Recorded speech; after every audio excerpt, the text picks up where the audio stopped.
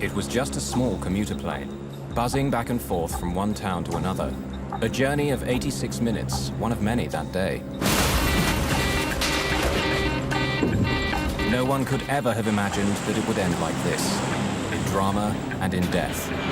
Yet in 1995, 2 pilots with 26 passengers aboard managed to defy the laws of gravity for 9 minutes and 20 seconds, when their aircraft in effect lost the use of a wing, struggling home like a wounded bird.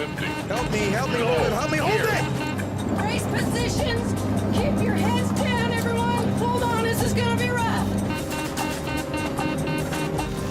But when their plane makes a miraculous crash landing with all passengers alive, their ordeal isn't over. What awaits them is even more horrifying. It's getting hot in here! Get me out! Tell my wife, I love her! I have never before or since dealt with so much physical devastation and emotional upheaval and so much sorrow.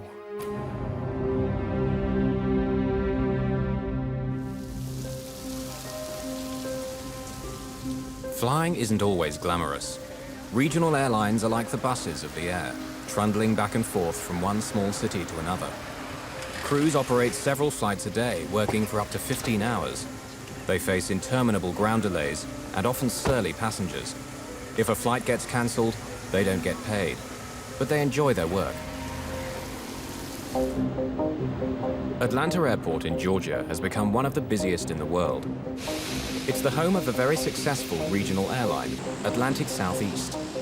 ASA serves every town and city of the southeastern United States with a fleet of 83 turboprops. In 1995, most of them were Brazilias built by the Brazilian firm Embraer. The Brazilia is a high-performance aircraft with state-of-the-art avionics and a top speed of 378 miles per hour. Today, after 18,000 successful flights, this Brazilia will take off for the last time. Takeoff check, below the line. I've got your lights. Captain Ed Ganaway and First Officer Matt Warmerdam have just flown in from Macon, Georgia. External lights on. Going through the departure checklist, they're now ready for their second flight of the day, Flight ASA 529 to Gulfport, Mississippi. Hi. Hi there. Flight attendant Robin Feck has been with ASA for just over 2 years. Hi there. Her cabin is a cramped space, only 31 feet long. Most of her 26 passengers are seasoned business travelers, ranging in age from 18 to 69. Among them are 6 engineers, 2 deputy sheriffs, a minister, 2 Air Force personnel, and even an aspiring flight attendant. For them, the short trip to Gulfport, Mississippi is a routine journey. But they're half an hour late on their schedule already. Okay, power's set.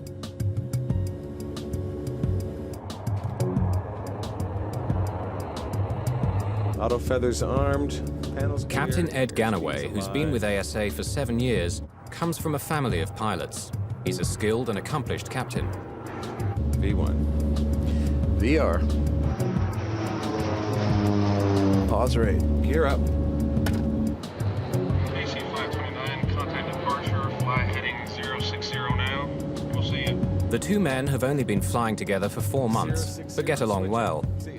At 6'3" and 200 pounds, Matt Warmerdam is a tight fit in the Brazilia's cramped cockpit. I think all pilots would agree that the Brazilia was a constant love-hate relationship. It was, at the time, the fastest, sleekest turboprop around.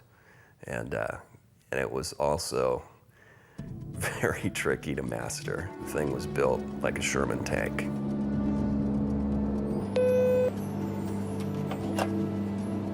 Hey, Robin? Hi. It'll just be a couple more minutes like this. It's gonna smooth out. Okay, just a couple more minutes and I'll be able to get up? Yes, ma'am. All right, thank you. See you.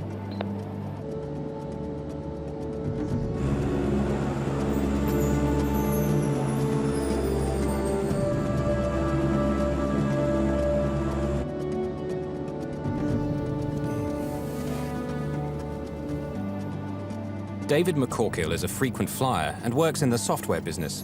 He's on his way to an important meeting. Good afternoon, ladies and gentlemen. Welcome aboard. Board Atlantic Southeast Airlines, Flight 529, service to Gulfport, Mississippi. We're passing through 13,000 feet. The captain has turned off the fasten seatbelt signs. However, if you are in your seats, we suggest that you do so with your seatbelt loosely around your waist, just in case we encounter any turbulence en route. Chuck Pfisterer, a nervous flyer, works for a paper company and is on his way to visit a new mill.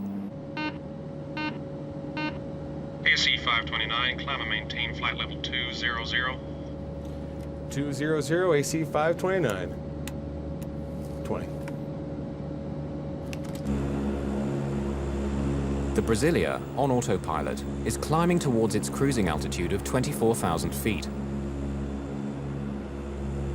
24. 24. Oh, But the plane will never make it to this altitude.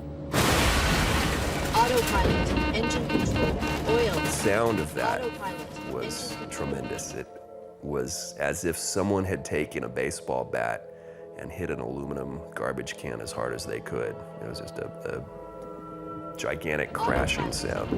And the airplane immediately lurched to the left. I heard a loud bang, and that's what, just shot me awake. Not knowing really what happened, I looked over and noticed everyone looking left out the window.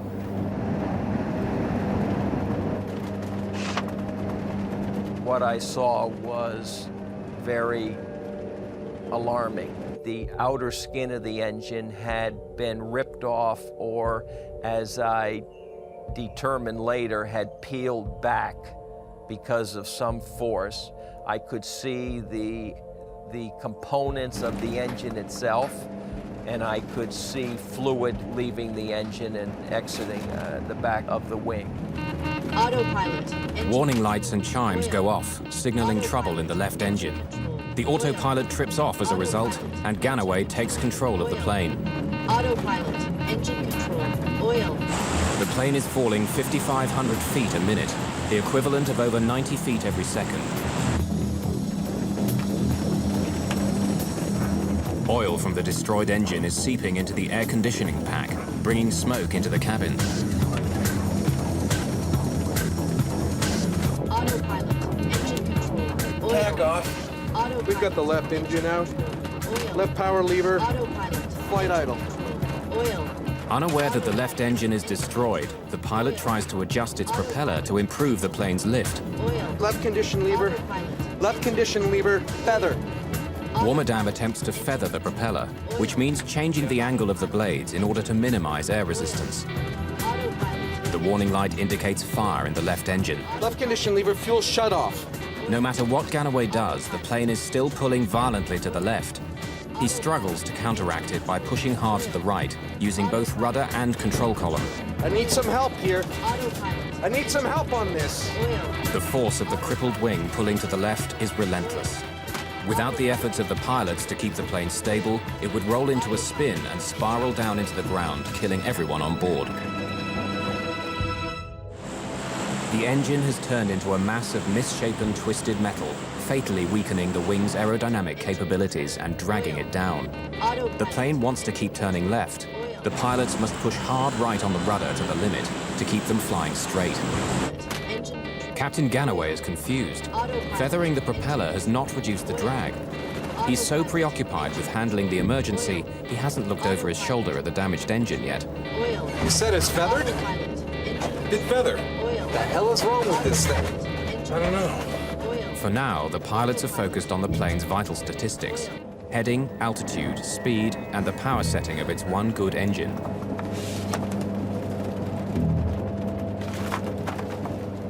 Well, these planes were designed to fly with one engine. The airplane is capable of flying on one engine.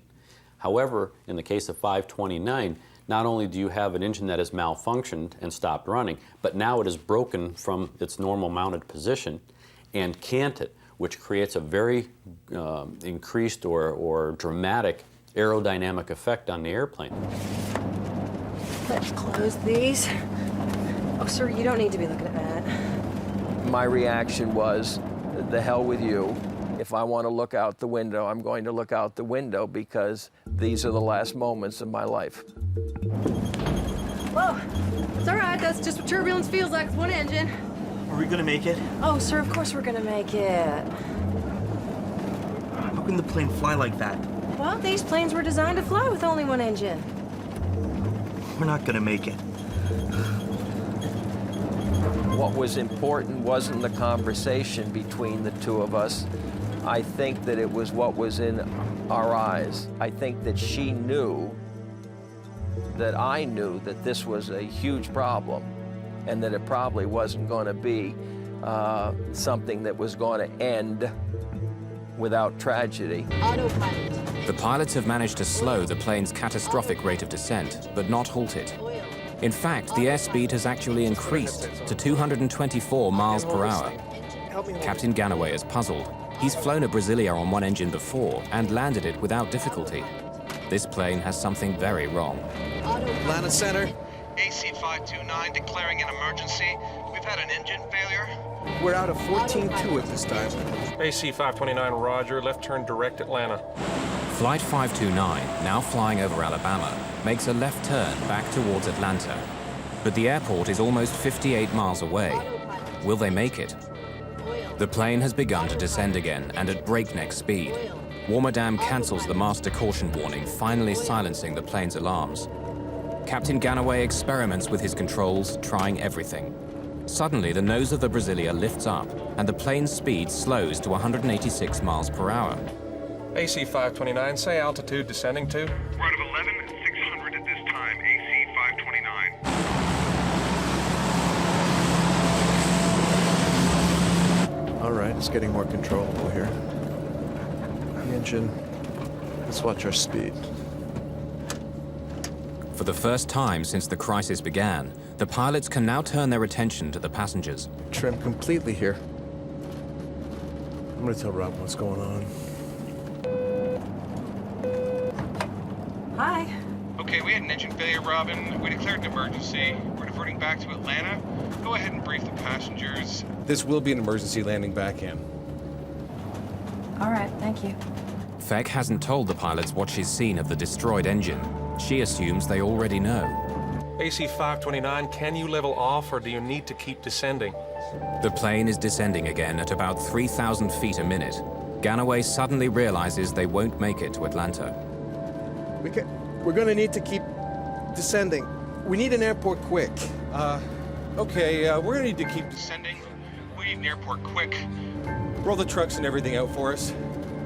AC 529, West Georgia. The regional airport is at your 10 o'clock position and about 10 miles away. But the air traffic controller, too preoccupied with handling the crisis aboard Flight 529, fails to notify emergency services. Flight 529 makes another wide left turn that brings it on course to land at West Georgia Regional Airport. Let's get out the engine failure checklist, please. Engine failure in flight. But they don't get a chance to diagnose their problem. AC 529, say heading. Turning to about 310 right now. AC 529, roger. You need to be on a 030 for West Georgia Regional, sir. Roger. We'll probably turn right. We're having difficulty controlling right now. Let me see your brace positions. Brace position. Good. Good.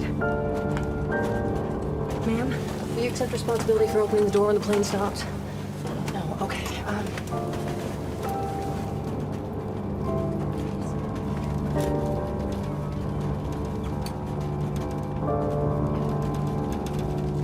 APU, if available, start. You want me to start it?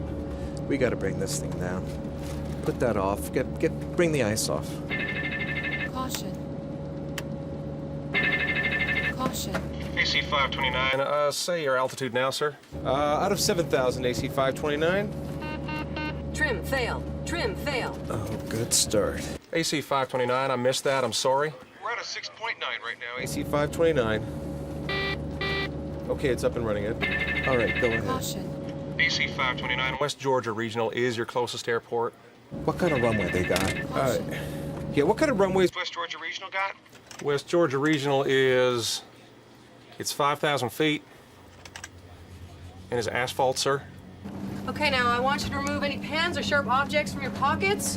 I want you to take off your glasses and pour any drinks into the pocket of the seat in front of you.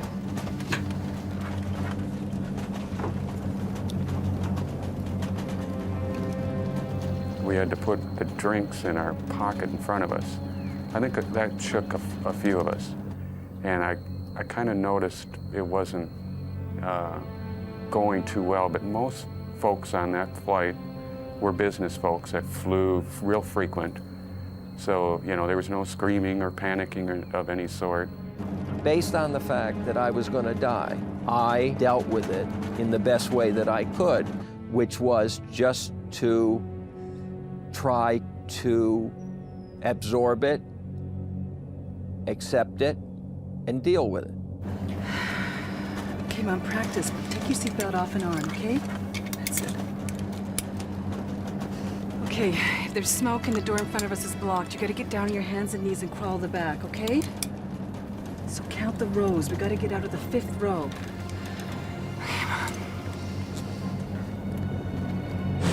The plane is still losing altitude far too quickly. Can it make it to the airport in time? Atlanta Center normally only controls flights at altitudes over 11,000 feet. For the last 7 minutes, Flight 529 had been under this altitude, and now the controller is having trouble locating them.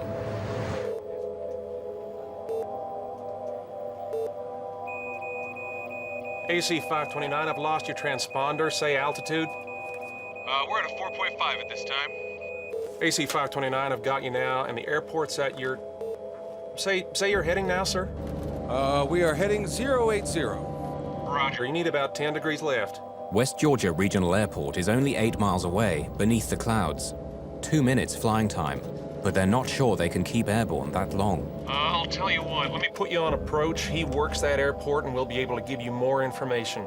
Contact Atlanta Approach at 12.0. Atlanta Approach Air Traffic Control. It monitors planes within a much smaller airspace, including West Georgia Regional Airport. The Brazilia, now at 3,400 feet, has slowed its descent to 1,800 feet per minute, but that's still too fast. They won't make it to the airport.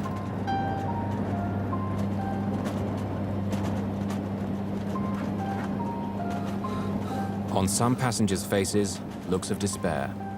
Others are angry and bitter, but most are thinking about their loved ones. One woman writes a goodbye note to her children on a torn book cover. She writes, "I love you. You are the lights of my life.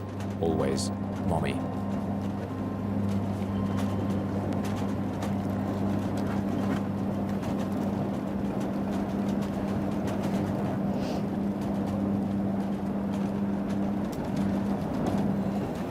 I think we should pray. 7 minutes have passed. For the first time, Captain Ganaway manages to catch a glimpse of the left engine. The engine's exploded. It's just hanging out there. This was something his instruments hadn't told him. It's no simple engine failure. The engine is just dangling off the wing. He knows he could land a Brazilia with a failed engine, but not when it's torn apart. This is something his training hasn't prepared him for. He wishes he could see through the clouds. Atlanta Approach, AC 529. AC 529. Atlanta Approach here. Yes, sir, we're with you, declaring an emergency. AC 529, roger. Expect localizer runway 34 approach. And could you fly heading 180? No, sorry, 160. Localizer frequency. The controller's flight path will take the Brazilia several miles south before landing. Ganaway knows he doesn't have the extra minutes that this will take. We can get it in on a visual. Just give us the vectors. We'll go the visual. He asks for directions to take the plane straight in using the shortest possible route. Suddenly, they're out of the clouds, but the sight that greets them couldn't be worse.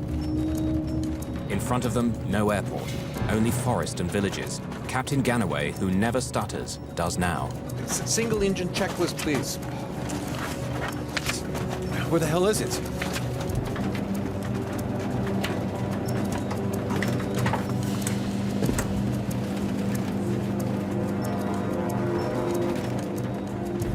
Robin Feck is puzzled.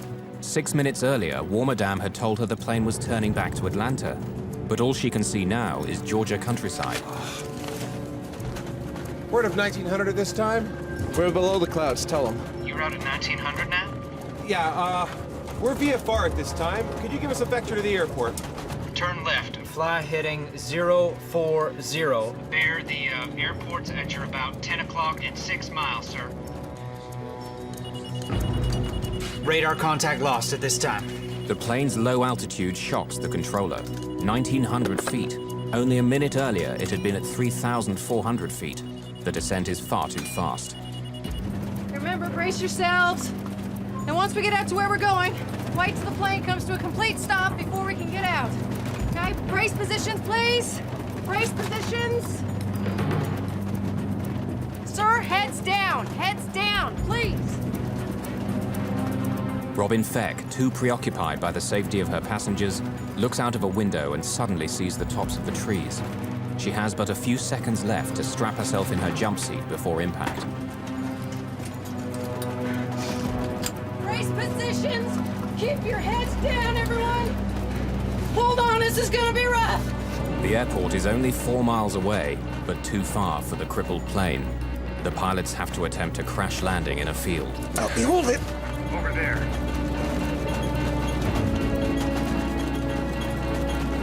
Help me hold it. Help me hold it.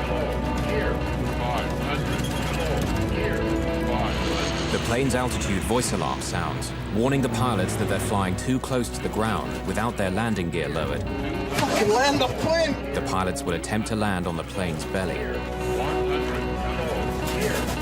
Help me hold it. Help me hold it! Amy, I love you.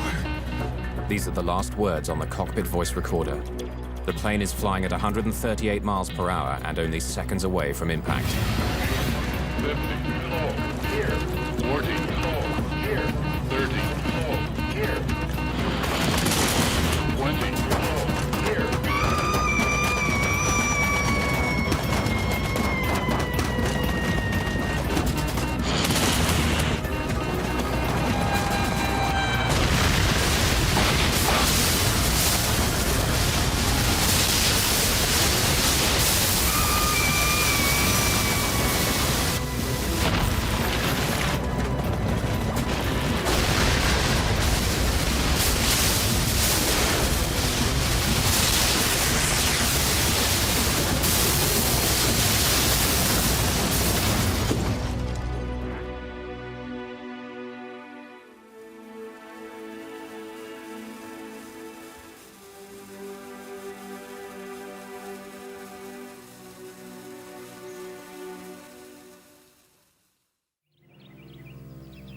The plane had landed in a small field in Burwell, a sleepy farming community near Carrollton, Georgia, where nothing major ever happens.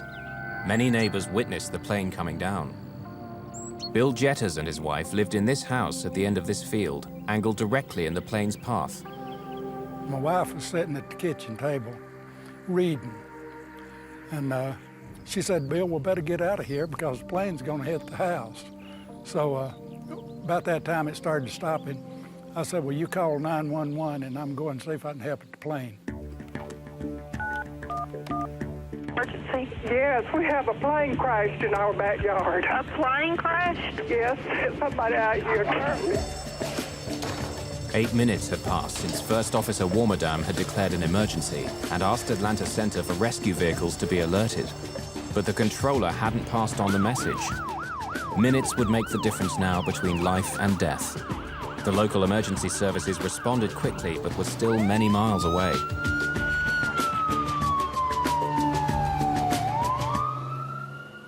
For almost a minute after impact, there's an eerie silence. The plane fuselage is broken in two. Could anyone survive?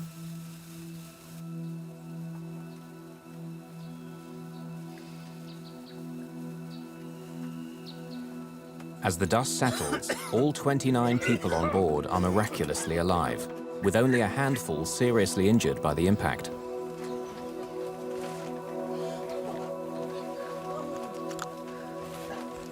It was an amazing situation only because I just couldn't even believe that I was alive at that point, and I couldn't believe that I was looking at something that was real.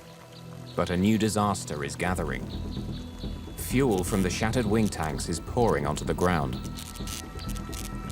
The last thing I remember is the sound of hitting the trees, and then I honestly don't recall impact.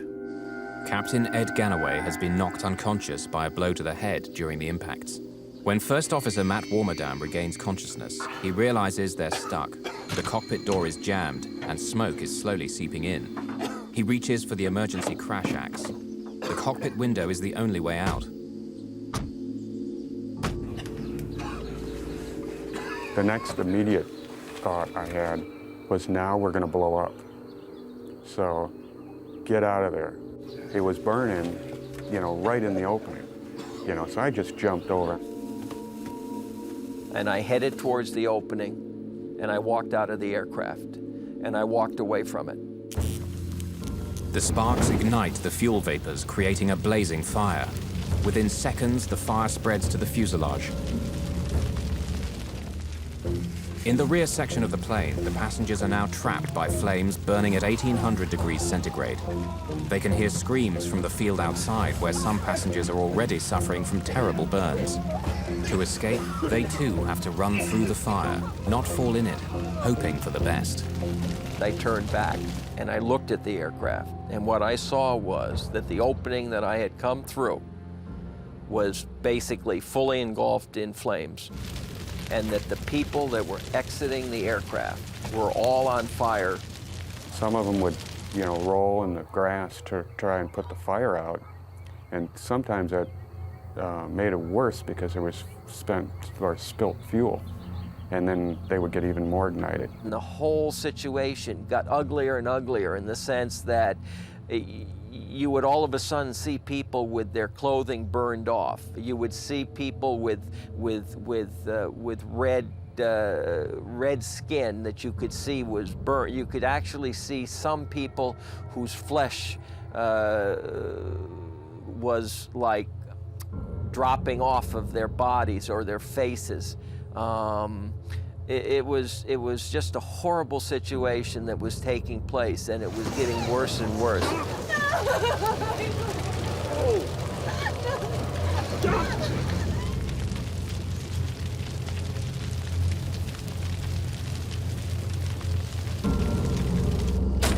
Matt Warmerdam, his right shoulder dislocated, is banging the axe against the window with his left hand.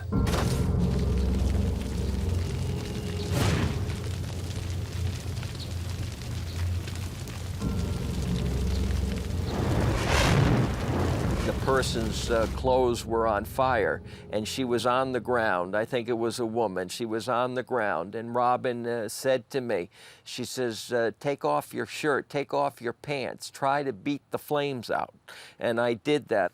One gentleman I saw was crawling, completely engulfed in flames, and another one that was, most of his clothes was torn off.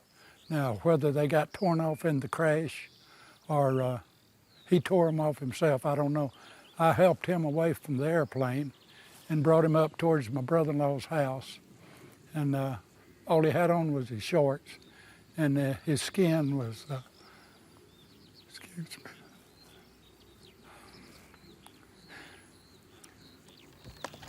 Well, being a paralyzed person myself, I knew that I couldn't do much for them. I was looking and I thought to myself, that'll be these people that on that airplane are seeing the last seconds of a normal life that they'll ever live.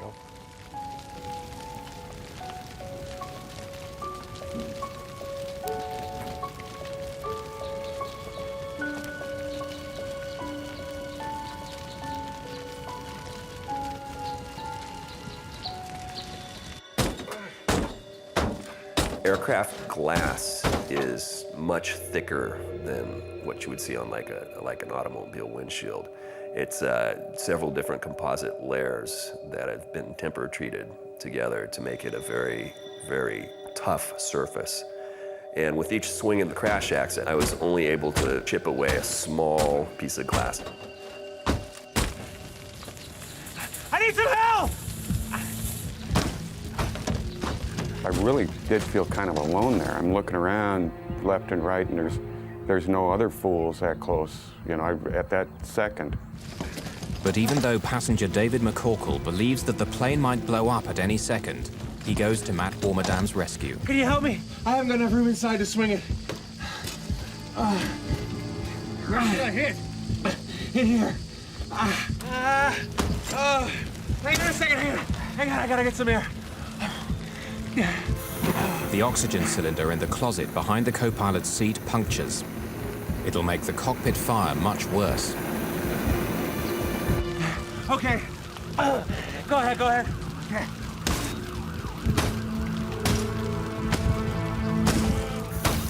Stop a second. Let me see if I can squeeze out. Let's get you out of here. Stop pulling me. No, it's too small. Go ahead. By now, the rescue crews of the area have been notified.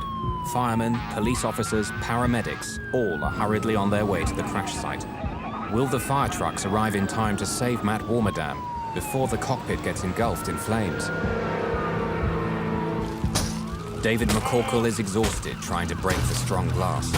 Suddenly, a heat flame pops at him from below the cockpit. He backs off, scared for his life.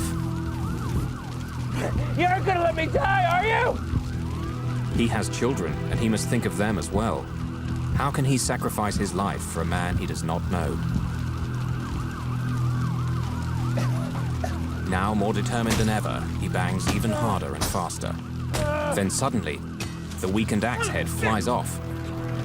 It's getting hot in here! Get me out! Guy Pope, a police officer, is the first rescue worker to reach the burning plane. I was about 3 miles from here when I received the call.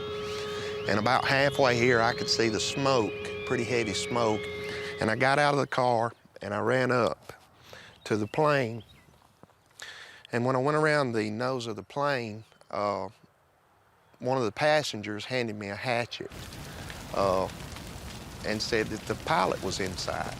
And I took the hatchet and started trying to cut a bigger hole. I couldn't get around behind the cockpit because of fire. It was still burning pretty heavy, and there was an oxygen bottle there blowing the fire. And, you know, it's just one of them things. You see a man burn, you don't forget it. This is live footage taken with a video from the windshield of a Georgia State Patrol police car as rescue workers are arriving at the site. At this moment, all passengers are out of the two sections of the broken plane, except pilots Ed Ganaway and Matt Warmerdam, who remain prisoners of their cockpit. Well, first off, I had to tear the back of the cockpit out. It had burnt and there was no door or visible door or anything like that, so I actually took my hands and tore it out. When I started to pull him out, he looked up and he said, "Tell my wife, Amy, that I love her." I said, "No, sir, you tell her that you love her, because I'm getting you out of here." Inside the ambulance, I worked with him, and I thought that probably he would not make it. I took his name badge and pinned it on his underwear, which was the only thing I'd left on him, trying to cool him down, because I thought that if he died, at least someone would know who he was. Surprisingly, Matt was aware of everything around him, and he kept trying to assure me that things were going to be okay. He was comforting me, because at that particular time I was crying. Matthew actually took his burned hand and wiped a tear away. They found Captain Ganaway dead in the cockpit. He had struck his head on impact and never regained consciousness. He died of burns and smoke inhalation. The crash survivors, some with broken bones and others with burns ranging from minor to 92%, are rushed to various hospitals in Georgia. 13 passengers were brought to Tanner Hospital in Carrollton, 15 minutes away, where Code Black was immediately applied, meaning everybody helps. Dr. Bobby Mitchell, after working a night shift, was awakened. He was responsible for treating 4 survivors, including flight attendant Robin Feck. When I got to the hospital, some of the people that had survived the plane crash were already here. The smell was initially just a wave of jet fuel. It just hit you as the door opened, and then that was mixed with just a pungent, horrible odor of burned flesh. Miss Feck, she had a cut on her scalp and a couple of broken bones, like a collarbone and an arm, and she was in a great deal of pain herself, although she didn't particularly want me to be dealing with her. She said, "You get back with them," and the orthopedist soon took over her care. She was clearly still trying to care for her passengers.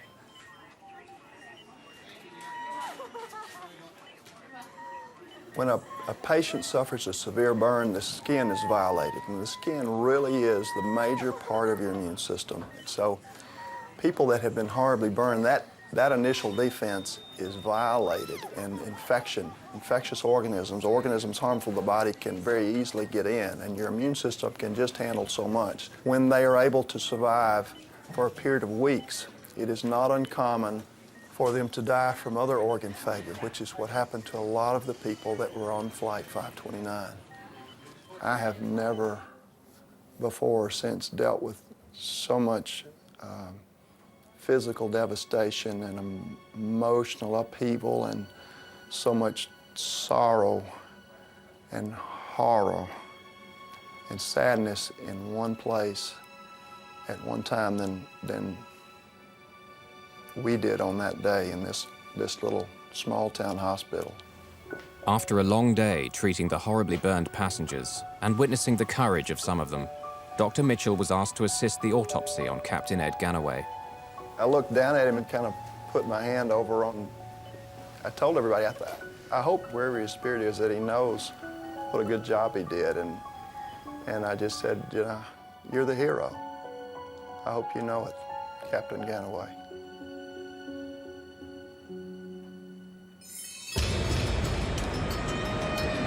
Regional airlines are a North American phenomenon. In the early 1960s, a small band of independent airlines first became known as air taxis, which in time became commuter airlines, then finally regional airlines. In 1978, the US deregulated the airlines, and as the small and mid-sized cities became the economic engine of the country, regional airlines prospered as never before. The National Transportation Safety Board in the United States is responsible for investigating air disasters. Its GO team is on duty 24 hours a day to fly to the scene of any major crash. The NTSB will have several subgroups working at the same time, each examining a particular part of the plane. Gordon Jim Hookey, an aerospace engineer, was in charge of the Propeller maintenance group. We went out to the crash site, and in the usual fashion, you just kind of look around and get a feel for where all the pieces are. We came along the propeller assembly that was missing. Looking down through the dirt, we could see the telltale marks, the beach marks along the fracture surface that indicated it might have been a fatigue fracture. During the last 10 minutes of Flight 529, no one on board the plane suspected that the engine failure had been caused by a propeller blade fracture. Hookey had good reason to be concerned by the broken propeller blade. He'd seen it all before. 4 years earlier, another ASA Brazilia had nosedived and crashed in woods in Georgia, killing all 23 people aboard, including former US Senator John Tower of Texas and Space Shuttle astronaut Manly Sonny Carter. The NTSB's investigation of that incident had found the crash had been caused by a badly designed propeller control unit, and they blamed the manufacturer, Hamilton Standard. Then in March 1994, just 17 months before ASA 529, on 2 separate commercial flights, identical propeller blades broke from metal fatigue over Canada and over Brazil. In both cases, the aircraft involved managed to land safely. These accidents pointed to serious problems in Hamilton Standard propellers and became a major crisis for the company. Airlines were ordered by the government to carry out an inspection of all the 15,000 propeller blades in service. Investigators found that the broken propeller had been declared suspect and sent back to Hamilton Standard for inspection. When the ASA mechanics took the blade off the hub, as soon as they turned it over, we marked down the serial number. So when we went back to do the records, we could immediately go to that particular blade. Investigator Jim Hookey took the broken blade stub to Atlanta Airport. From there, it was sent to the NTSB laboratory in Washington. By next morning, blade number 861398 was being examined under a scanning microscope. Investigators found telltale deposits of chlorine, a corrosive substance known to eat into the inner walls of the propeller blade. So then the question becomes, where did the chlorine come from? In 2 of the previous propeller failures, the problem had also been traced to corrosion caused by chlorine in the inner wall of the blade. Flight 529's blade had also snapped off 13.2 inches from the hub, very similar to the 2 previous blade failures. Under the microscope, NTSB scientists saw that 2 cracks along the inner wall of the blade had joined to form a single fissure. This had grown and grown until it circled the blade, at which point it snapped under the stress of normal operation. But the NTSB scientists noted something else. On the inner surface, extending about 1.5 inches from the fracture, there was a series of sanding marks. Hookey set off to Hamilton Standard, intent on getting the maintenance records for the propellers. What had been done to the blade when it had been recalled? At the factory, Hookey examined the blade's repair reports. He noted the initials of the technician who did the work, CSB, Christopher Scott Bender. He was a young technician who worked at a Hamilton Standard propeller repair facility. Christopher Bender had watched the news of the accident on television, little realizing how he was involved in the accident. I saw the Hamilton Standard prop on it, and I was like, I hope this is not a prop failure. It was just kind of the back of my mind, and that morning they were like, you know, the NTSB is down there, FAA is investigating, and they've called in some of our engineers to go also down there, and it might be a prop failure. And as soon as I heard that, my heart just sank. I was like, you know, I think I might have even cried a little bit because I was just, you know, just emotionally overwhelmed that, you know, something I had put my hands on, the procedure that somebody trusted me to do failed, and because that somebody had died. After discovering the technician who had last worked on the propeller blade that caused the crash of ASA 529, the NTSB now had to find out how the blade had passed inspection. Propeller blades are hollow. Inside, weights are inserted to balance the prop. They're kept in place by a cork soaked in chlorine. It was the chlorine that had caused the corrosion in the previous accidents. However, on this blade, Bender had been unable to detect any evidence of corrosion. He then did what he'd been told to do, polish the inside of the blade. The draft accident report we present to you today involves Atlantic Southeast Airlines Flight 529. The NTSB found that by polishing the blade, Hamilton Standard had unwittingly removed all traces of the crack, and a later, more thorough ultrasound examination couldn't detect it. The NTSB asked for more accountability for management at Hamilton Standard. And so the final report read, the fracture was caused by a fatigue crack from multiple corrosion pits that were not discovered by Hamilton Standard because of inadequate and ineffective corporate inspection and repair techniques, training, documentation, and communications. Some final questions still needed to be answered. Why had the broken propeller blade destroyed the engine? In previous incidents, the entire propeller had fallen away harmlessly. But on Flight 529, blade loss unbalanced the propeller and led to uncontrollable high-speed shaking as the engine shuddered in its mountings. This was the ominous hammering sound heard by the passengers. It literally ripped the engine open and left the useless propeller jammed against the wing. The flight crew weren't handling the engine failure as a true engine failure in that some mechanical malfunction occurred and the engine stopped running. They didn't know that the engine actually had vibrated significantly and broken from its mount and actually canted or twisted on the wing.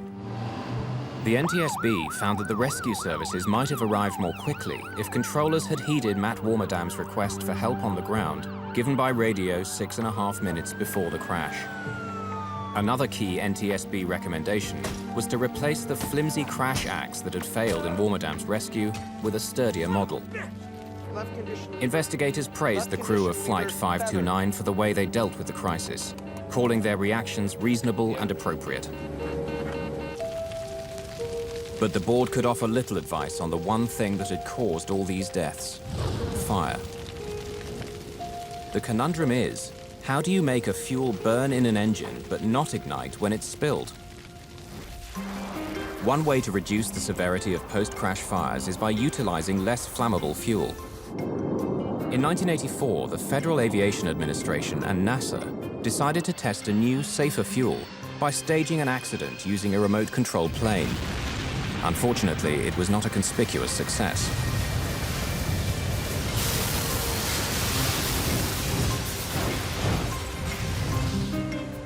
But the US Navy has been using a safer form of jet fuel called JP5 since the 1950s, yet it's not used in commercial aviation.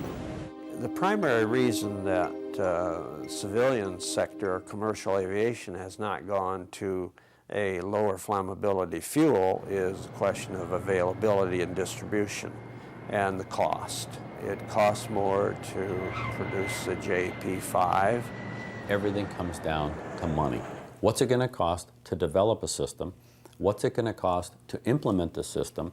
What's it going to do for the overall safety of the airplane, and who's going to pay for it? Personally, from a safety standpoint, I'll pay $2 extra in my ticket to know and to have that security. Until a solution is found, there will continue to be stories like ASA 529. On impact, everyone on this flight had survived, but the subsequent fire became the killer. For the victims of the fire, recovery has been a slow, painful, and excruciating process. First Officer Matt Warmerdam was burned on 42% of his body. Some other survivors suffered up to 90% burns. Treatment included daily baths and removal of dead skin from burn wounds. There would be years of skin graft operations, the 24-hour-a-day wearing of pressure garments to minimize scarring, chronic itching and soreness, and daily physical therapy. Your ability to sense and feel through those areas is permanently changed for the worse. Temperature control is lost. When you walk from an air-conditioned building into the outside, you take for granted that your body starts accommodating that either by sweating or redirecting blood flow. People with burns, especially horrible, large surface area burns, that's lost forever. They have to plan everything they do. They have to plan where they're going to be and the clothing much more carefully. So there are emotional and physical things both that are lost forever. My medical treatments were quite extensive.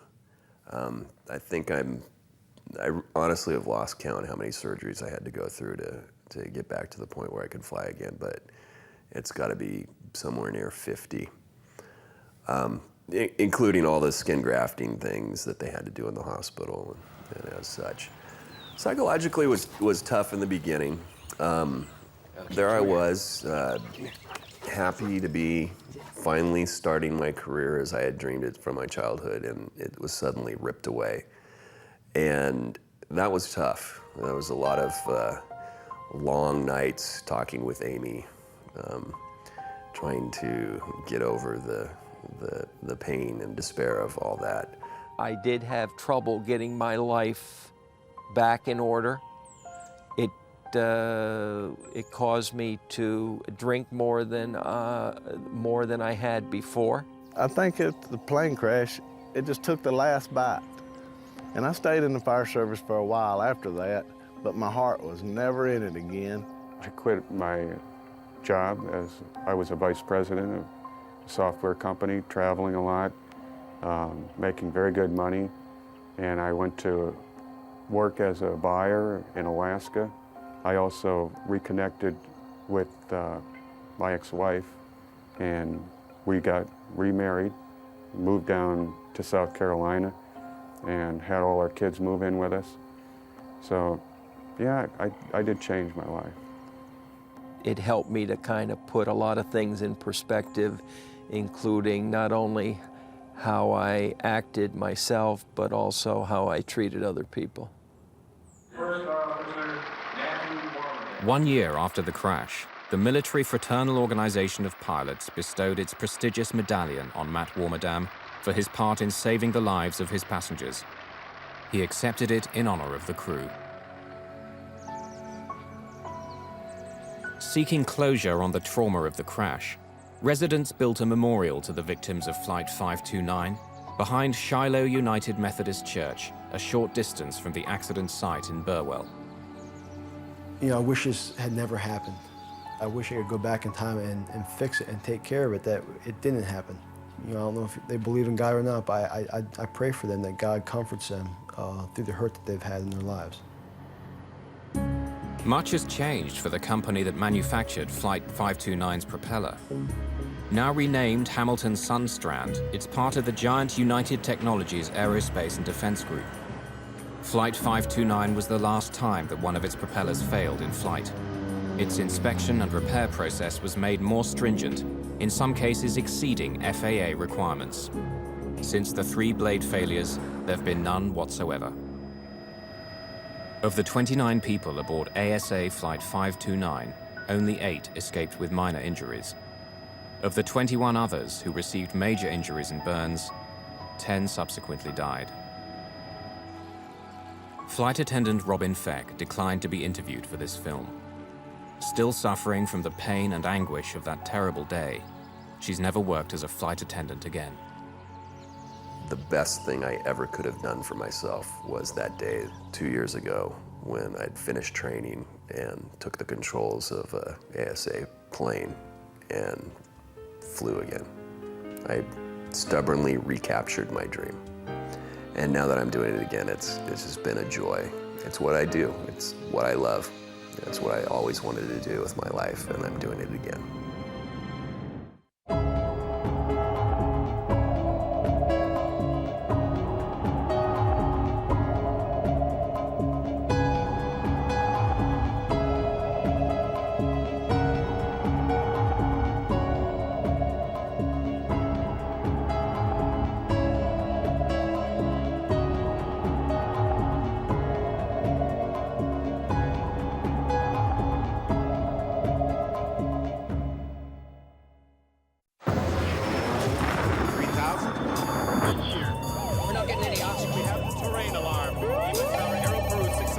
We are in an emergency.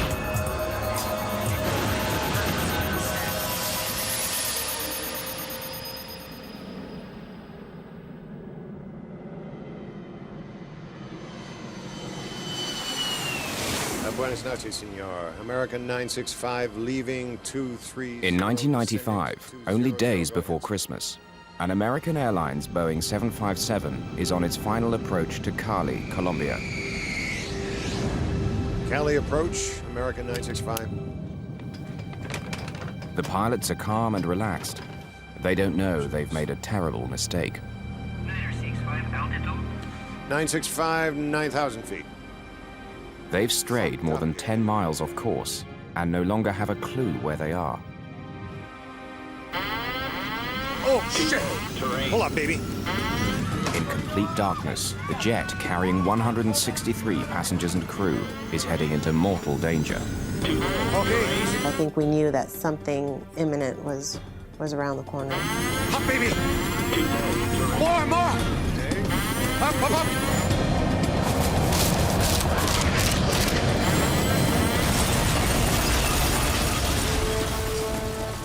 Flight 965 crashed into a 9,000-foot mountain. The crash reverberated throughout the aviation industry. How could one of the most technologically advanced aircraft in the world, equipped with a state-of-the-art navigational system and flown by some of the most skilled pilots, crash into the side of a mountain?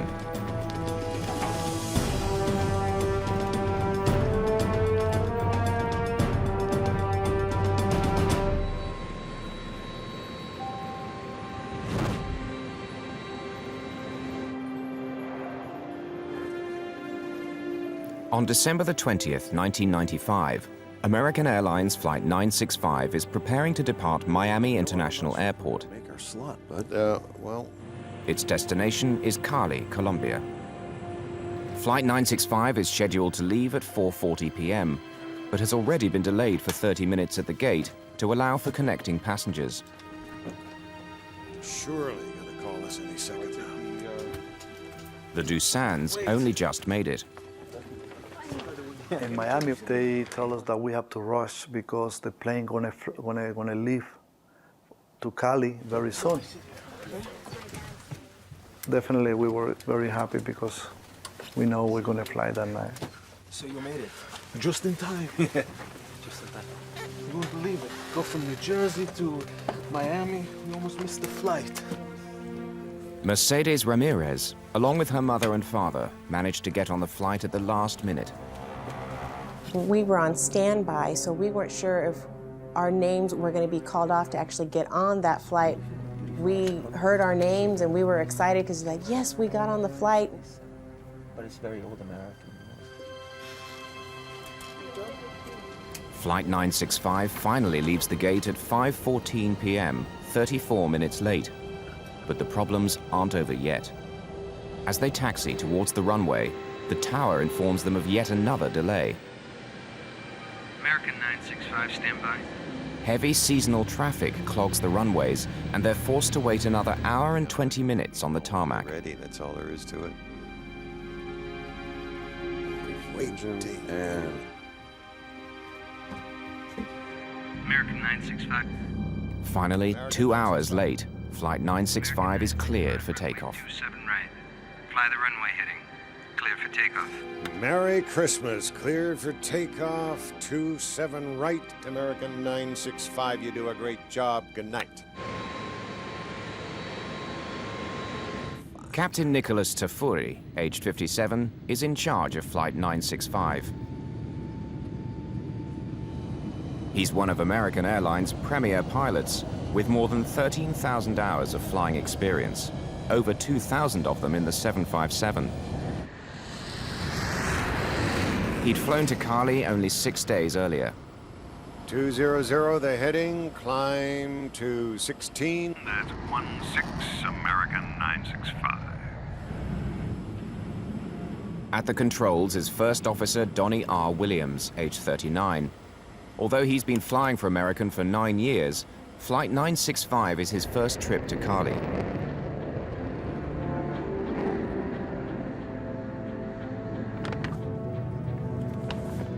It's the holiday season, and the plane is filled with passengers starting their Christmas celebrations.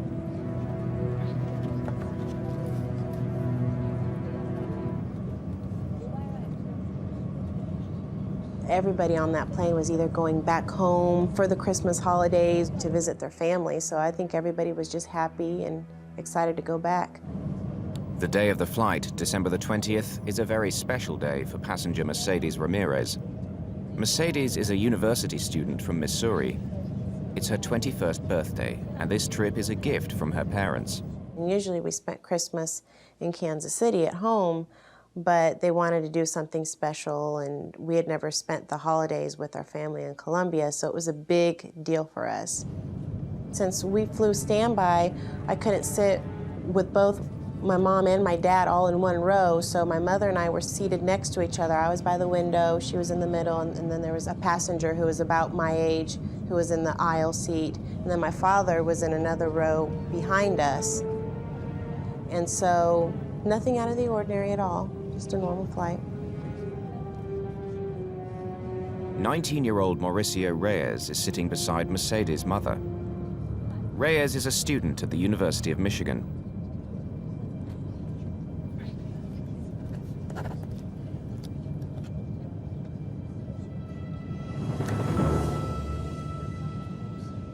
Gonzalo Dusan and his wife Nancy and their 2 children, Michelle and Gonzalo Jr., are seated nearby.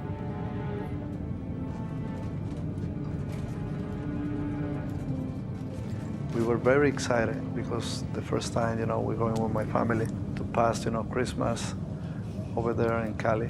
We wanted to see our families, members, brothers, sisters, to see our city again.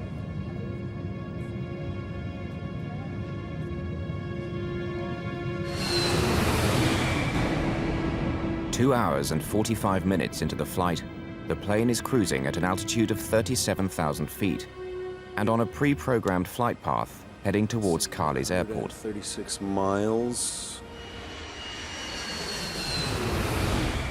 They're flying a Boeing 757, a state-of-the-art airplane equipped with highly sophisticated computer systems.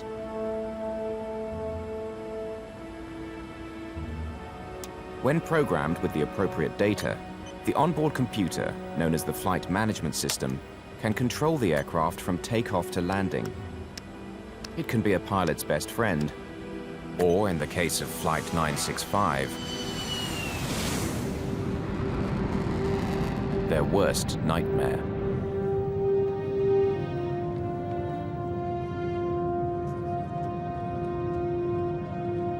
An awkward moment an hour before their scheduled arrival in Cali makes Mercedes Ramirez change seats. My mother had been talking to the college student who was next to her, and I think she was trying to kind of set me up with him because she kept on saying, oh, well, my daughter's in college and my daughter's this and my daughter's that. So I was very embarrassed. So I got up from my seat and moved to the row behind us, and I sat with my father. The seemingly trivial decision will prove to be her lifesaver.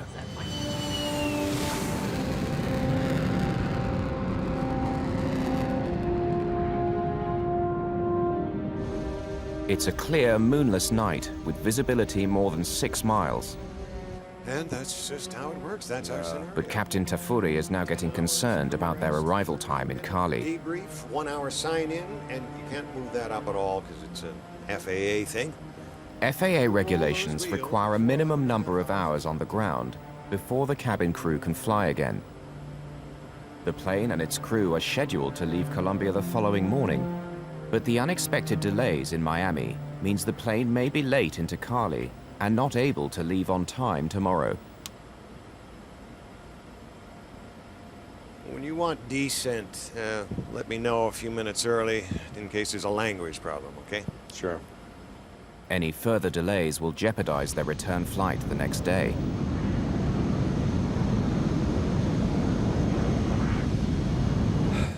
Well, let's see, we got 136 miles to the VOR and 32,000 feet to lose and slow down to boot, so might as well get started. If they land within the next 25 minutes, they'll beat the deadline. All right, sir. And if you'd keep the speed up on the descent, it'd help us too, okay? Okay. Okay, Gonzalito, let your sister sit beside the window. Gonzalo de San's children quarrel over the window seat, not knowing that the consequences will be dire. And I remember I told them before Cali, when the plane started to lose altitude, so we're going to see the valley, the city, very nice with a lot of lights on it, because usually by December, by Christmas time, they decorate, you know, the mountains with different colors, lights, and everything. Then they start to fight for the window side. And I was fighting with my brother, Gonzalito. We were fighting for the window. Okay, Gonzalito, let your sister have a chance by the window. And I'm like, oh, I want to see the lights, I want to see the airport. And he got mad. Okay, Michelle, you go sit by the window. Go sit with your cousin. Good boy, Gonzalito. Okay, Michelle, take a look at the lights. Let's go. Come sit beside me. Come sit. We're almost there. Michelle, can you see the lights outside the window? Ladies and gentlemen, this is your captain speaking. We have begun our descent for landing at Cali. It's a lovely evening. As we'd expected, we'll pass a shower or two on the way in. This lovely evening is about to end. In 30 seconds, the pilots will make the first of a series of mistakes, which will result in the death of nearly everyone on board.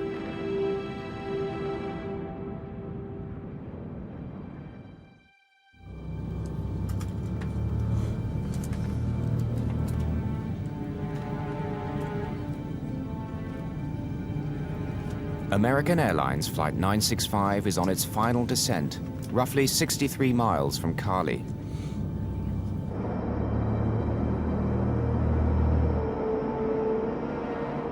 Cali's Aragon Airport is situated at the end of a long valley.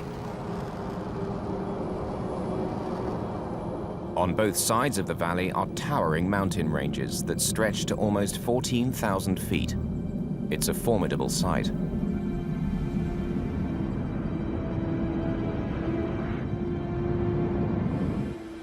One of these nuts done? No, thank you. You want your water? You want to wait until we get on the ground about your water? Oh, I'll wait for the ground. To guide the plane on its proper, pre-programmed flight path, the aircraft must pass over a series of waypoints. These are generally radio beacons at fixed positions along the route. The plane's computer picks up the signal from these beacons, one after the other, and guides it safely to the destination.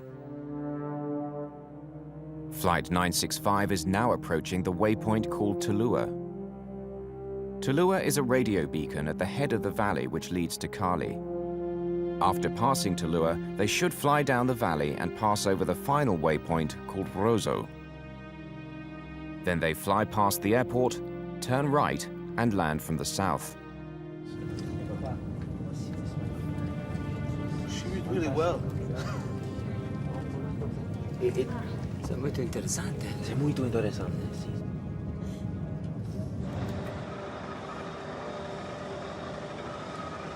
Cali approach, American 965.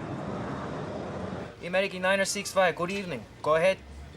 Buenas noches, senor. American 965. Cali Air Traffic Controller Nelson Rivera will oversee the final approach of Flight 965. But he has a problem. Insurgents opposed to the Colombian government have blown up the radar installation. Rivera has no way of knowing where planes are until they radio their position. The distance DME from Cali? Without radar, the air traffic controller must rely on the flight crew to provide the aircraft's distance to the runway. The DME is 6'3". The DME is the distance measuring equipment in the Boeing cockpit. Roger. American 965 is clear to Cali. Descend and maintain 5,000 feet. Altimeter 3002. Report Tuluá. Okay, understood. Clear direct to Cali, VOR, report Tuluá. Affirmative. It's a misunderstanding. Captain Tafuri thinks he's being told to fly direct to Cali and forget all about Tuluá. But the controller needs him to report when he passes Tuluá so that he knows where the plane is. To me, the word directly means that he was authorized to go directly to Cali, that there was no delay. Therefore, he had to inform us of his position in Tuluá, because we don't have radar. I needed him to inform me of that exact location. Tafuri punches direct to Cali in his computer. Since the plane no longer has to pass over them, all the waypoints between his present position and Cali will now be erased, including Tuluá, the one he's now approaching. Put direct Cali for you in there. Okay, thank you. Flight attendants, please prepare for landing. Thank you.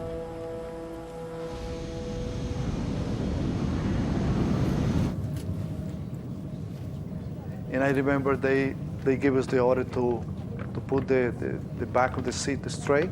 I remember that. And everybody was so happy because we were very close to the city.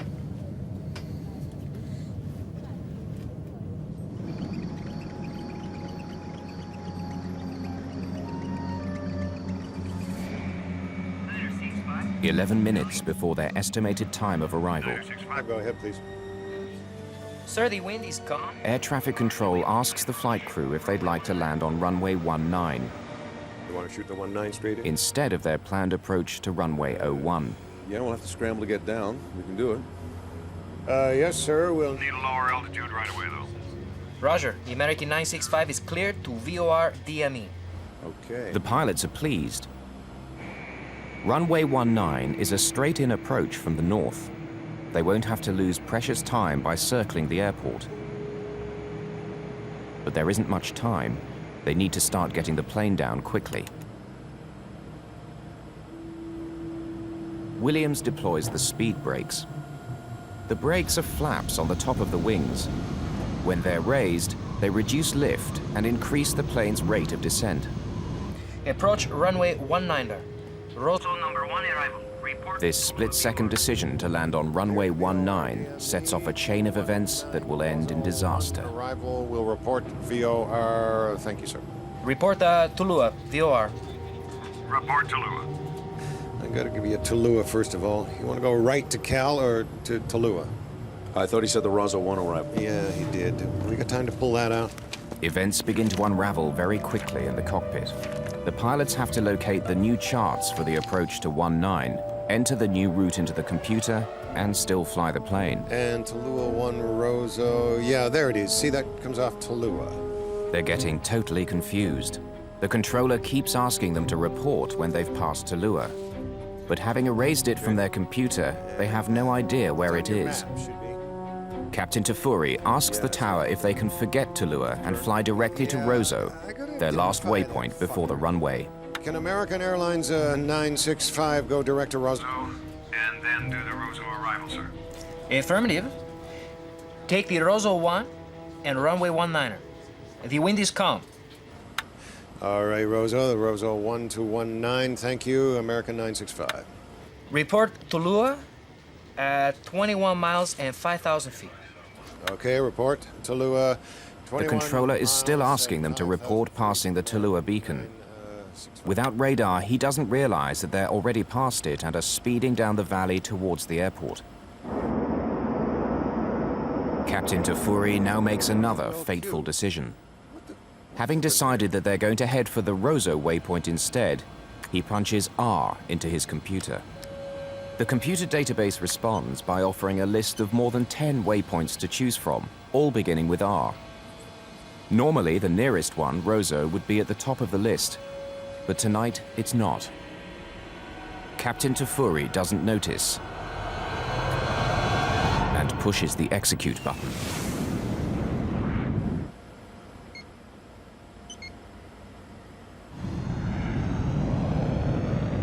At over 300 miles per hour and descending at a rate of approximately 1,300 feet per minute, Flight 965 begins to veer off on a new and deadly course.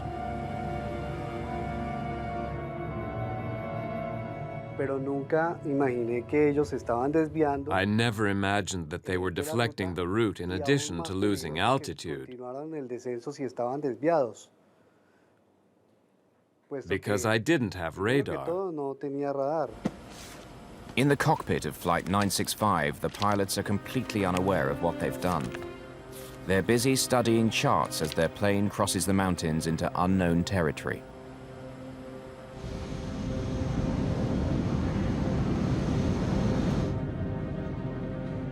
For more than a minute, American Airlines Flight 965 has been turning off its proper course and into the mountains. Captain Tafuri and First Officer Williams suddenly notice that their aircraft is taking them somewhere that they don't want to go. Let's go right to Tulua, first of all, okay? Yeah, where are we headed? 17.7. Captain Tafuri is floundering in the pitch darkness. If he could only find the Tulua waypoint, he could get his bearings. He switches from one computer system to another and then manually enters the radio frequency for the Tulua beacon. Okay, I'm getting it. 17.7 just doesn't seem right on mine. I don't know why. Left turn. So you want a left turn back around to ULQ? Nah, hell no. Let's press on to... Press on to where, though? Tulua. Hopelessly lost, and less than 2 minutes from impact, Tafuri decides to press on with his doomed approach. Let's go to Cali, first of all, okay? We fucked up here, didn't we? Yeah. Go direct CLO. How did we get fucked up here? Come to the right now. Come to the right now. The pilots don't know it, but when the plane veered off course, it crossed over the mountains. They're now in another valley, parallel with the one they should be flying down.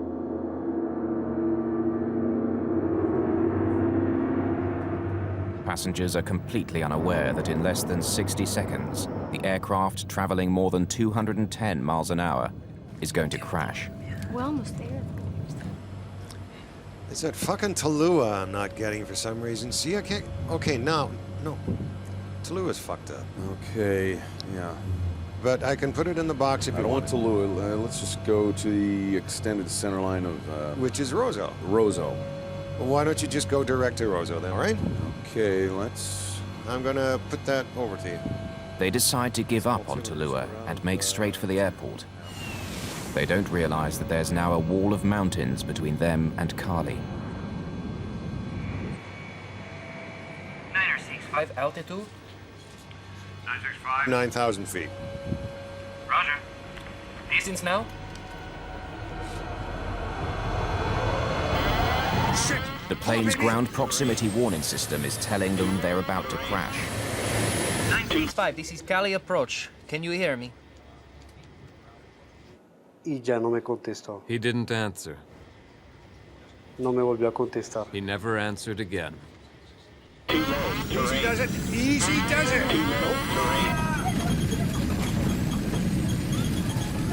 I could feel that we were just violently just going up. And I felt like I was in a roller coaster ride or something, and the turbulence was absolutely horrible. And by that time, people were screaming, and everybody knew on the flight that something was very wrong. Too low, terrain. Easy, does it? Easy, does it? Up, baby. Instinctively, I reached over and I grabbed my father's hand, and I put my head in my lap. In my mind, I just kept on thinking, come on, just straighten it out, straighten it out. Up, baby. More. Up. These were the last words on the cockpit voice recorder.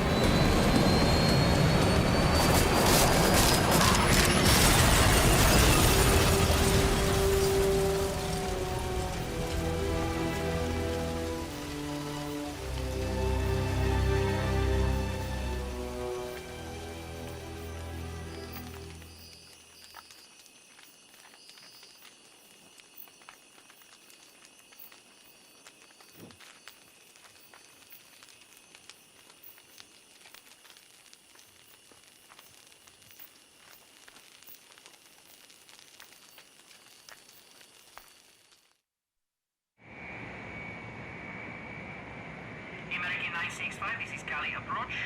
Can you hear me? At 9:42 p.m. on its final approach to runway 19, American 965, can you hear me? American Airlines Flight 965 seemingly vanishes without a trace. American 965, this is Cali approach. Can you hear me?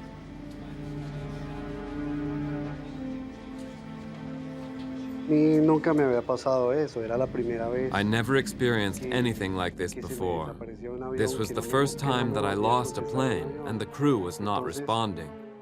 Es muy difícil asimilar. It is very difficult to grasp the moment. Cuando la aeronave no contesta, uno When the mira plane hacia didn't afuera, answer, que nosotros I trabajamos looked en el outside from the control tower. I could see from there the sky. El tiempo estaba muy bueno. I started to look for the plane. The night was clear, and I thought I could see the plane coming. But in this case, I never saw the plane. Nunca vi la aeronave.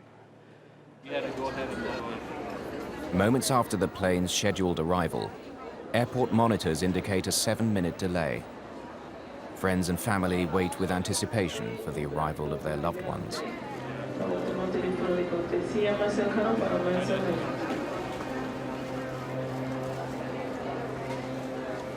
As the revised arrival time comes and goes, rumors begin to circulate throughout the terminal that air traffic control has lost contact with Flight 965.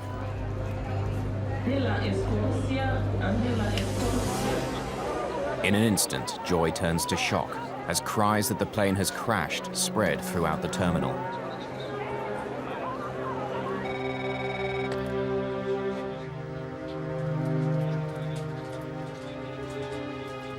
Locals living near the town of Buga, north of Cali, report hearing a massive explosion.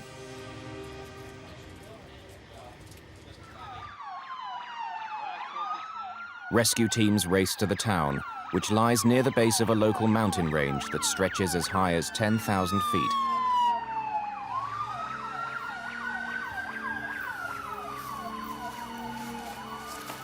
It's now 3 a.m., almost 6 hours after the crash. The first elements of the search and rescue team are trekking up the side of El Diluvio mountain.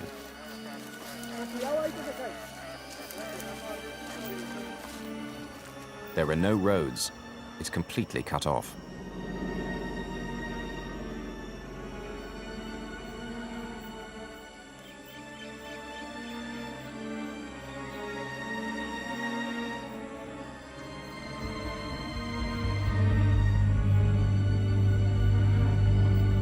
In the midst of tons of twisted and torn metal lies 21-year-old Mercedes Ramirez. Her last memory prior to impact is grabbing her father's hand and the deafening sound from the back of the plane of the tail section striking trees. The next memory I have is the next day. It's daylight. I wake up and I see the sunlight around me, and I don't know where I am. And what's around me looks like a landfill, like a trash dump. And so as I'm laying there, I'm thinking, where in the world am I? Mercedes is critically injured with severe internal injuries and a shattered leg. Help! Is anybody out there?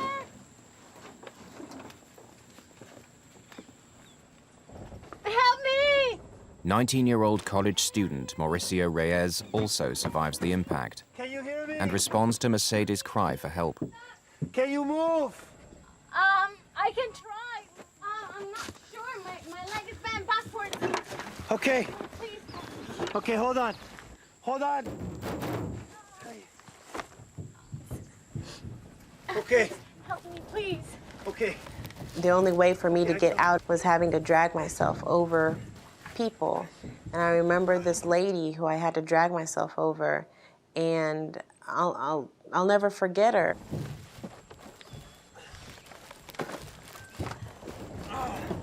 Looking back, I think, oh my goodness, that was someone's mom, or that was someone's sister, or someone's wife. But at that time, she was just an object that I needed to get over to get out. Can you move? Can you stand up? I think my leg is broken. Okay, we'll try. Okay. Okay. 1, Okay. 2, 3. And when he lifted me was when the first time I actually felt pain. It just felt like an electrical current going up and down my leg. So he laid me back down, and then he went off to try to find help. Okay? Okay. Just stay here. Okay. Okay. Okay. Okay.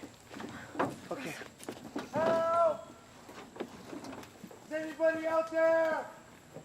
While I was laying there, more of the thoughts that were coming into my mind was, why me? Why did this happen to me? At first light, the Colombian Air Force starts searching for the crash site. They were unable to leave earlier because they had no night vision equipment.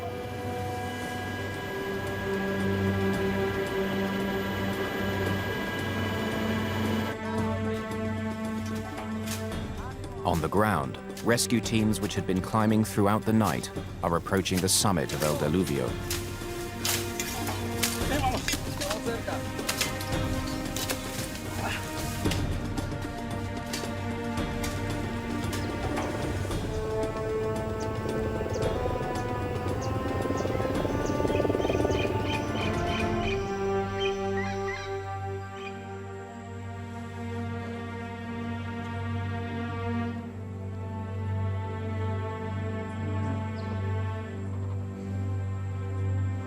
When I wake up, I start to feel the pain in my back. Then when I hear the sound of the helicopters, I realize something happened. I started to feel panic. Help me! Someone please help me! Daddy, I'm here. Papa. Michelle? Gonzalo Dusan's 6-year-old daughter Michelle, still strapped in her seat, answers her father's desperate call for help. Keep talking to me, okay? Michelle? So I realized that my daughter was alive too. Then I started to crawl to try to look for where the voice of my daughter coming from. Michelle, please, I'm coming. Where are you? Dusan struggles to crawl through the broken and twisted cabin to reach his daughter, but she's pinned beneath the wreckage. Ow! Ow! My leg hurts. When the plane crashed, my legs, I had my seatbelt on, and I guess the crash was so deep that my legs, like, speared into the ground. I tried to move myself, but my legs hurt. They hurt really bad. I couldn't pick myself up. Daddy, it hurts. Okay, Michelle. I'm going to get some water for you soon and bring it back, okay? Then I tried to crawl more to try to get out. Despite a severe back injury, Dusan manages to crawl towards a small open section of the fuselage. I saw a hole behind me, and I said inside me, God, help me to get out from here. Help us! Over here! When I get up of the fuselage of the plane, I remember my son talked to me. Gonzalito! And he say, Father, Father, help me. Gonzalito! Despite a desperate search, Gonzalo Dusan is unable to locate his son amongst the wreckage. Gonzalito!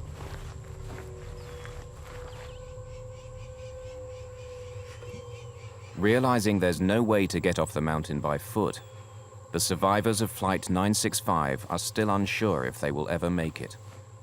The temperatures have fallen dramatically, and without protective clothing, they could die of exposure in a matter of hours. Stay awake for Papa, okay? Okay, Michelle?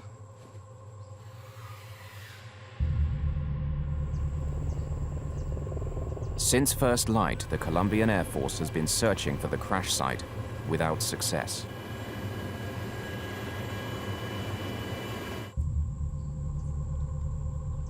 With each passing minute, the 4 survivors, all gravely injured, take one step closer to death.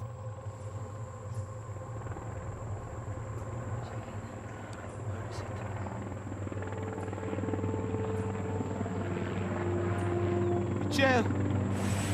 Shortly after daybreak, the crew of a Black Hawk chopper spots the crash site.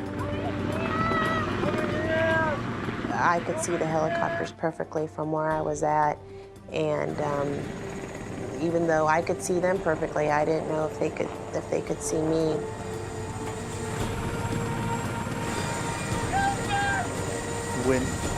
When I saw the helicopter very close to the trees, to the top of the trees, I started moving the blanket.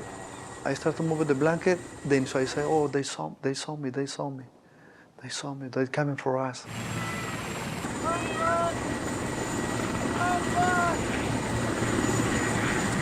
More than 8 hours after impact, and after enduring life-threatening injuries and near-freezing temperatures, the survivors of Flight 965 are about to be rescued.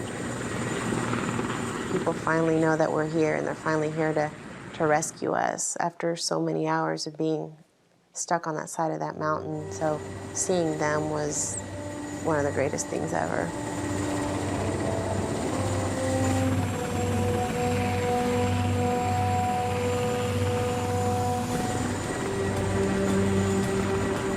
They came and they throw a rock, and the people start to descend. And I was so happy because I feel that they're gonna help us.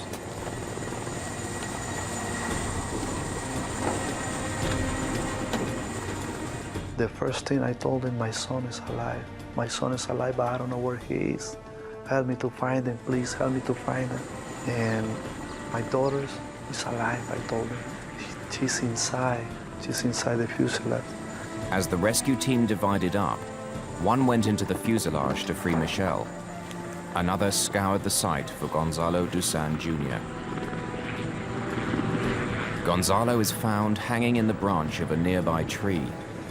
He's been suspended in the air above the crash site for more than 8 hours. His condition is grave.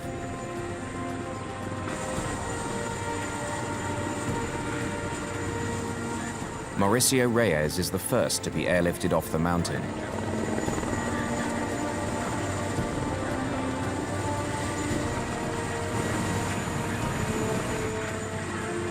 But low cloud cover grounds the chopper and delays the removal of the remaining survivors.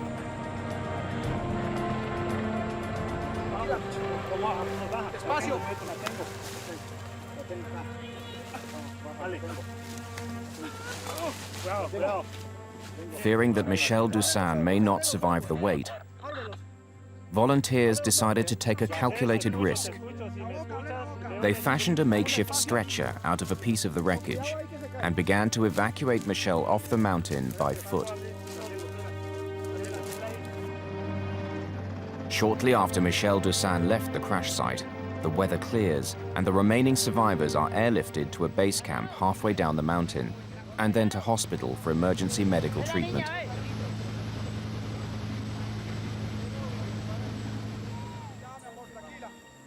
More than 13 hours after the crash of Flight 965, Michel Dusan is the last survivor to emerge from the jungle of El Diluvio alive.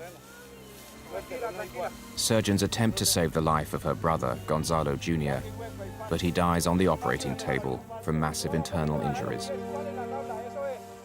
I don't think that there is any medical explanation or scientific explanation. There is no explanation.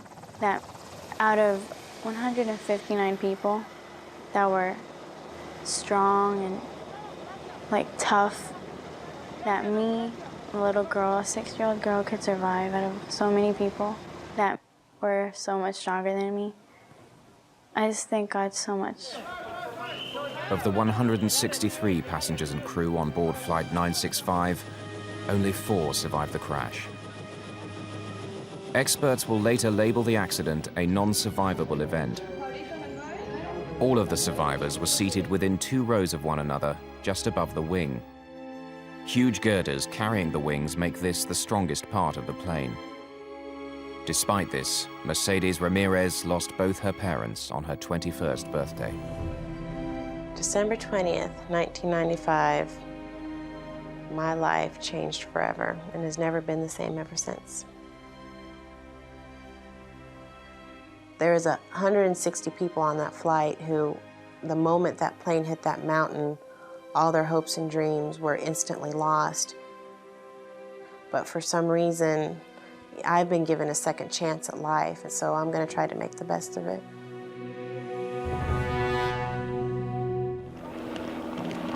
The successful evacuation of the survivors led to the gruesome task of recovering the bodies of the 159 souls who perished on the slopes of Mount Diluvio.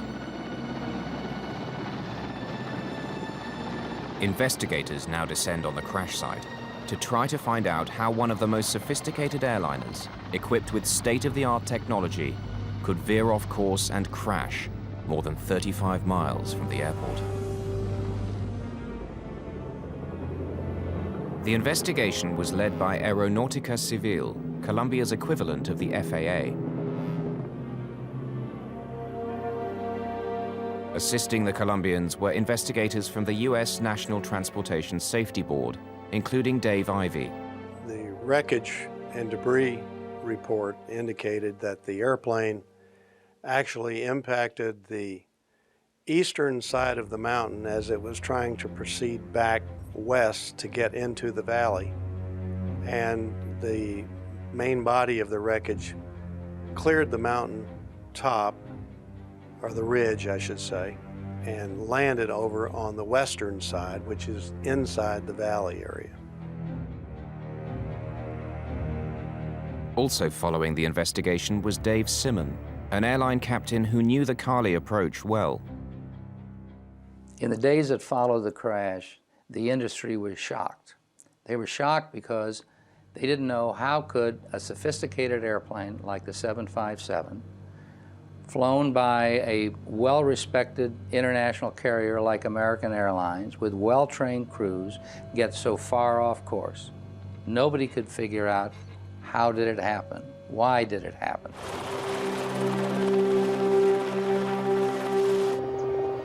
Sabotage and mechanical malfunction were soon ruled out. Attention began to focus on the action of the flight crew.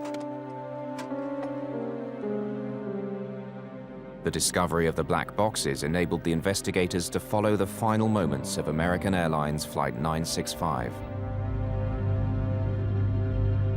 There is never one single item or error that typically brings an airplane down. There's an error chain, and a chain is made up of many links. The airplane was en route to Cali. As they were approaching from a distance out, the controller offered them a straight-in landing. Are you able to approach runway 19er? Would you like to shoot the 19 straight in? Yeah, we'll have to scramble to get down. We can do it. When they first accepted the approach, the first officer remarked that we do need to get down in a hurry in order to accomplish this. Yes, sir. We'll need a lower altitude right away, though. At the time the crew accepted the approach to runway 19, they were too high, too fast, and too close in to safely make this approach. To lose altitude, the first officer deploys the speed brakes. This action will come back to haunt the flight crew in the final segment of the flight. The fact that they accepted that runway put the crew in a rushed and hurried manner. Maybe at Tallulah, first of all. You want to go right to Cal or to Tallulah? I thought he said the Rosso 1 arrival. Yeah, he did. We got time to pull that out? The flight crew now needs to study the approach charts and reprogram the computer. Meanwhile, the airplane is moving at more than 5 miles per minute. And when you start to rush and you can't prepare in an adequate amount of time, then additional errors start to occur. Because they're rushed and in a hurry and scrambling, they then make a dangerous request. Can American Airlines 965 go direct to Rosso? And then do the Rosso arrival, sir. Affirmative. Take the Rosso 1 and runway 19er. When the controller said affirmative, take the Rosso 1, he meant use the Rosso 1 arrival procedure, although the crew thought he meant to go direct to Rosso. That's not a good idea, because to proceed direct to Rosso is the last point just before the runway. And Rosso is the last point before landing, not the first point that you should be targeting. And this miscommunication really dealt with the pilot believing one thing and the air traffic controller believing another. That was another link, in my view, that was part of the error chain. Where are we? The crew looks at their charts in front of them, and they see the fix Rosso, and it is identified by the letter R. So they naturally put R into the computer, thinking it will take them directly to Rosso. The computer offers a list of R's to choose from, but unbeknownst to the pilots, none of them is Rosso.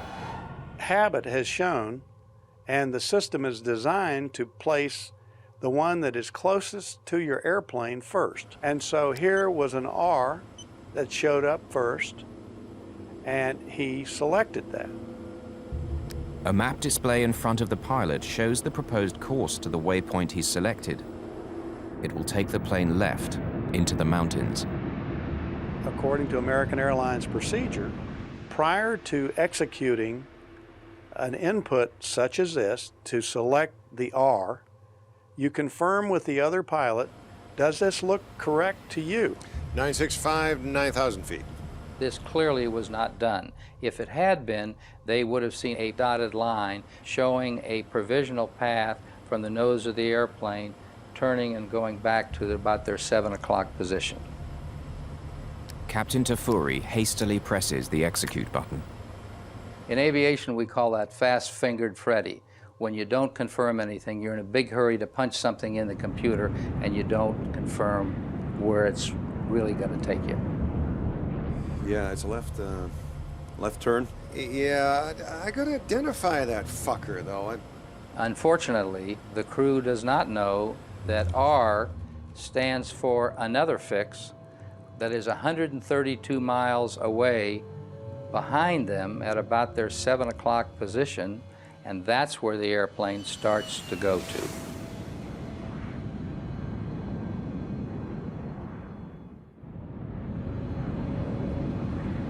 The flight crew of American Airlines 965 has unwittingly directed their aircraft off its intended course and into mortal danger.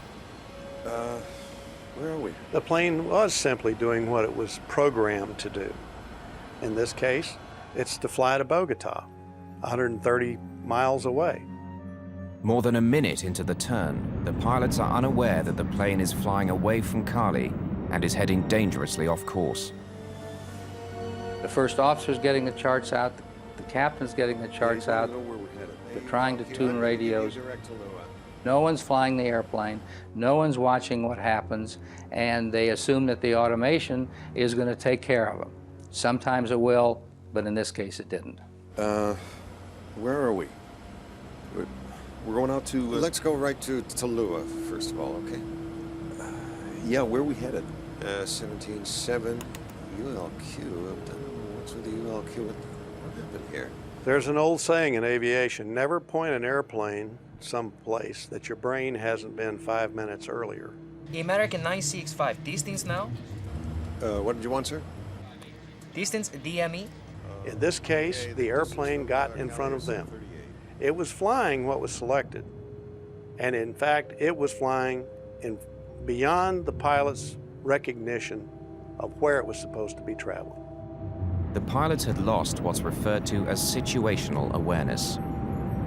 Left turn, so you want a left turn back around? No, hell no, let's press on. Well, we're pressing to where, though? Tallulah. That's a right U. Once they became unsure of their position, once they became confused and disoriented, that's the time to click off the automation and to basically abandon the approach, climb to the minimum safe altitude, and to go to Cali. Let's go to direct to Cali. 965 altitude. Instead of abandoning the approach and gaining altitude, Flight 965 continued its deadly descent. When the warning sounded that the plane was about to crash into the ground, First Officer Williams disengaged the autopilot within 1 second, but forgot to retract the speed brakes which had been deployed earlier. 965, this is Cali approach. Can you hear me?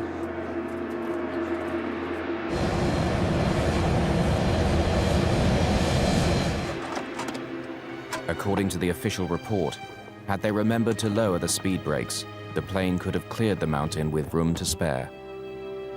This accident is known as a CFIT accident, which means controlled flight into terrain. By that I mean the airplane was controlled by the crew, and it was a perfectly normal functioning airplane, and the crew flew the airplane into the mountain. It's one of the leading causes of accidents over the last 100 years, and still is a problem. Both these pilots were experienced pilots flying the 757 for American Airlines. And both these pilots were good pilots. And I think it's like anything else. Two good pilots were led astray by a problem that they were trying to figure out. And at the time, they failed to do the basic thing, fly the airplane. A court eventually ruled that the pilots of Flight 965 had shown willful misconduct during the approach to Cali Airport.